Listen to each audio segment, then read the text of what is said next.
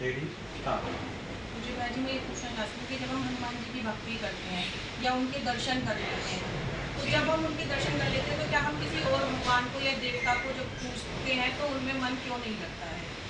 ये जो हमारा इष्ट होता है, हम सब कुछ समर्पण उसको कर लेते हैं, लेकिन जब हम समर्पण कर लेते हैं और हम एक देवता को भजते हैं, वो हमारा इष्ट हो जाता है, तब उनको दूसरे देवता जो है वो ये नहीं कहते कि प्रिय नहीं लगते हैं, लेकिन अप्रिय भी नहीं लगते हैं। प्रिय तो जो है वो उनके एक ही हैं, लेकिन ऐसा नहीं है कि जो देवता होते हैं, अगर कोई एक देवता का दर्शन कर ले उसको सर्व देवता दर्शन हो जाए, वो अपने आप ही होते रहते हैं, अपने आप ही देवता आकर्षणवश खींच के आते रहते हैं। क्योंकि देव दर्शन का मतलब है आपकी ग्रहण शक्ति का बढ़ना, आपकी आदर शक्ति का बढ़ना, आपकी आत्म शक्ति का बढ़ जाना। वहां तक पहुंचने के लिए हमने जो योग किया है, जो साधन किया है, जो भक्ति की है, वो हमें उच्च स्तर पे तो ले आया है।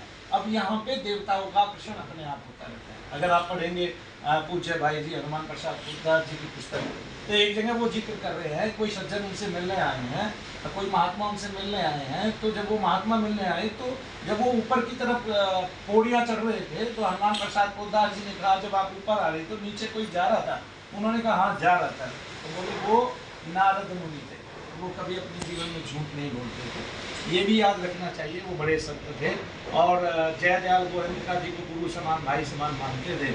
और उनका आदर इसलिए है क्योंकि उन्होंने गीता प्रेस गोरखपुर के वो संस्थापक भी थे और उन्होंने उनके संस्थापन में कार्य किया और उनके सुरुचिकर प्रकाशन में कार्य किया।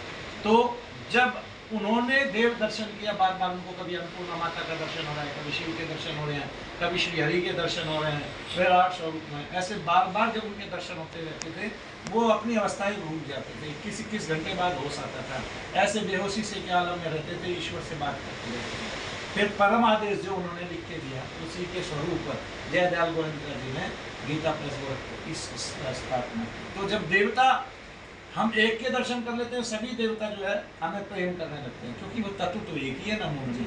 और वो तत्व इसलिए कहते हैं, देखिए हम यहाँ से ले गुरु ग्रंथ साहिब में गुरु जो दशम गुरु थे, उन्होंने गुरु ग्रंथ साहिब की जिसने भी रचना की, ठीक है, वो एक बड़ा ग्रंथ है, मूल ग्रंथ है।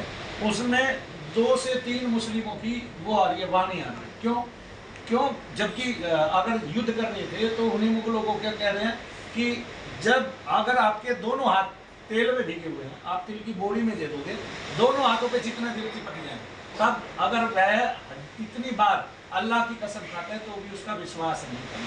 मूल में वो ये बता के जाते हैं, जबकि उनकी वाणी पे वो विश्वास कर रहे हैं। उनको गुरु ग्रंथ साहिब में जगह दी हुई, वो इसलिए जगह दी हुई है क्योंकि जिसकी प्राप्ति हो गई वो सारे एक हैं। जिसकी प्राप्ति नहीं हुई, जो माया में है और जो अविद्या में लीन है, वो सारे अलग हैं। तो जो अविद्या में लीन है वो सारे अलग हैं, और जो अविद्या से बाहर आ गए, कुछ उठ गए या अविद्या में रह के उन्होंने उस जाल को, क्रम को तोड़ दिया, तब वो कुछ ऊपर आए। और जब उनका आत्म जो है शक्ति बढ़ा और उनका विवेकवान हुए, वो विचारवान हुए और ईश्वर के कुछ सामीप्य को ग्रहण किया उन्होंने, तब क्या होता है कि तब वो सारे एक हो जाते हैं, तब बार बार देवता उनको दर्शन देने आते हैं। तो इसलिए प्रेम किसी एक से हो जाए, हमारा मन तो उसी में रहेगा। जैसे मुझे हनुमान जी दर्शन दे रहे थे, तब मैंने एक छंद लिखा कि रोम रोम मेरा शनिदेव, क्योंकि शनिदेव से एक्चुअली में बहुत प्रेम हो गया, ठीक है, उनके बार बार दर्शन होने लगे। तो वो जो प्रेम है भक्त का, वो एक ही भगवान के प्रति होता है, वो आकर्षण एक में ही खींचता है।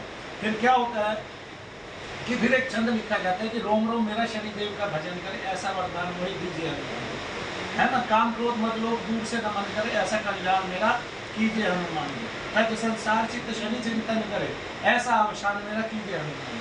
एक छंद में इसमें भूल गया, लेकिन ये सारा का सारा जो है इतिहास में रख जाता है। तब जब हम एक देवता की पूजा करते हैं, दूसरा आके अपने आप दर्शन देता है। तो राहु देवता के तो मुझे इस दुनिया में सर्वोत्कृष्ट दर्शन हुए, शायद राहु देवता के किसी को ऐसे दर्शन आज तक हुए नहीं है, पूरे भारतवर्ष में नहीं, मैं पूरे विश्व की बात कर रहा हूँ। क्यों? क्योंकि वो ऊपर का ही लोक था और आत्मा उसके सामने खड़ी थी और वो आमने सामने का दर्शन। तो ऐसे होता है, क्योंकि मैंने तो राहु को कभी भजा नहीं, राहु को कभी पूजा नहीं, वो बात अलग है। राहु की मैंने स्तुति लिखी और उनकी आरतियाँ लिखी, है ना, तो वो एक बात अलग है, लेकिन वो देवता अपने आप दर्शन देते हैं। तो जब आपके दर्शन होने स्टार्ट हो जाते हैं तो फिर सभी देवता आकर्षण वश आते हैं और वो आपको इस दिव्य भूमि पर ही दर्शन देते हैं। जय श्री राम।